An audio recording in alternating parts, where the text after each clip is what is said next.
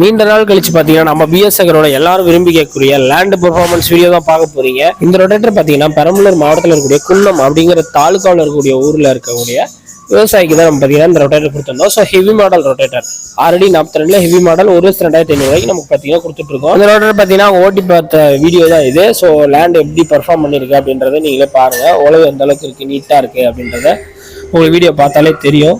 So முடிஞ்ச வரைக்கும் cover பண்ணியிருக்கோம். ஸோ பாருங்கள் எப்படி இருக்குன்றத கமெண்ட் பண்ணுங்கள். இப்போ வீடியோவை ஃபுல்லாக பாருங்கள்.